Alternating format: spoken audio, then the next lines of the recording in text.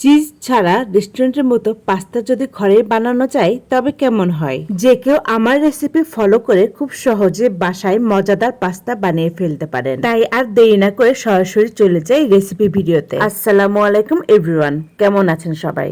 আমি আজকে সবার প্রিয় পাস্তা সহজে এবং চিজ ছাড়া তৈরি করে দেখাবো।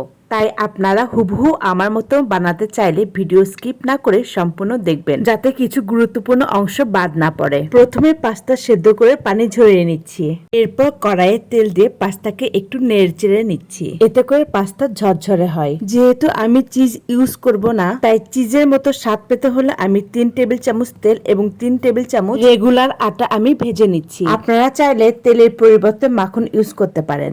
ভাজা হয়ে গেলে আটা ঠান্ডা করে নিয়ে আগে থেকে জাল দেওয়া ঠান্ডা দুধ ঢেলে দিচ্ছি। আমি এখানে 1 কাপ পরিমাণ দুধ দিয়েছি। বাসায় গরুর দুধ না থাকলে গুঁড়া দুধ আপনারা এভাবে তরল করে ব্যবহার করতে পারেন। আটা ও দুধ ভালোভাবে মেশানো হয়ে গেলে এই পর্যায়ে চুলার জাল অন করব। চুলার জাল লোতে রেখে অনবরত নাড়তে থাকবো যাতে লেগে না যায়, এবং যতবার ঘন হয়ে আসবে ততবারই পানি দিব। আমি এর মধ্যে লবণ হাফ চামচ, শুকনা মরিচ হাফ চামচ এবং মরিচের গুঁড়া হাফ চামচ দিয়েছি। আপনারা এগুলো উপকরণগুলো নিজেদের স্বাদ মতো বাড়িয়ে কমিয়ে নিতে পারেন। চুলার জাল ভুলেও লো থেকে বাড়াবেন না, লোতে রান্না করবেন।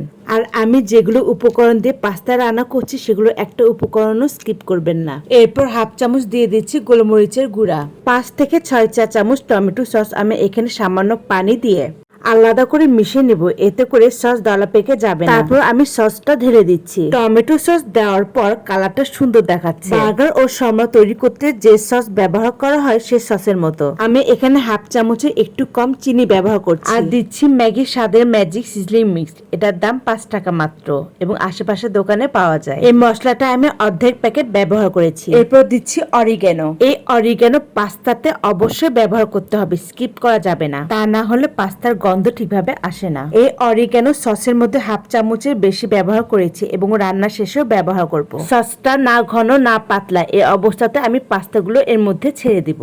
বেশি ঘন হয়ে গেলে পাস্তা গ্রেভি হয় না, তাই আমি যেভাবে দেখালাম এমন অবস্থাতে পাস্তাগুলো দিয়ে দিতে হবে। আমি আগে থেকে মুরগির বুকের মাংস ভিনেগার, লবণ ও গোলমরিচ দিয়ে ভেজে নিয়েছি। হাফ কাপ পরিমাণ এগুলো পাস্তার মধ্যে দিয়ে দিচ্ছি, এতে করে স্বাদটা আরো বেড়ে যায়। এর মধ্যে আবারও দিচ্ছি অরিগ্যানো। এই পর্যায়ে আমি চুলা জাল বন্ধ করে দিব এবং সব উপকরণগুলো ভালোভাবে মিশিয়ে নিব। আপনারা চাইলে মুরগির গোস্ত স্কিপ করে গরুর গোস্ত ব্যবহার করতে পারেন, আবার চাইলে কোনো গোস্ত ব্যবহার না করে খালিও খেতে পারেন। আমার আজকের রেসিপি আপনাদের কাছে কেমন লেগেছে অবশ্যই জানাবেন, আর এভাবে বাসায় বানিয়ে নিজেরা খেয়ে বলবেন কেমন হয়েছে।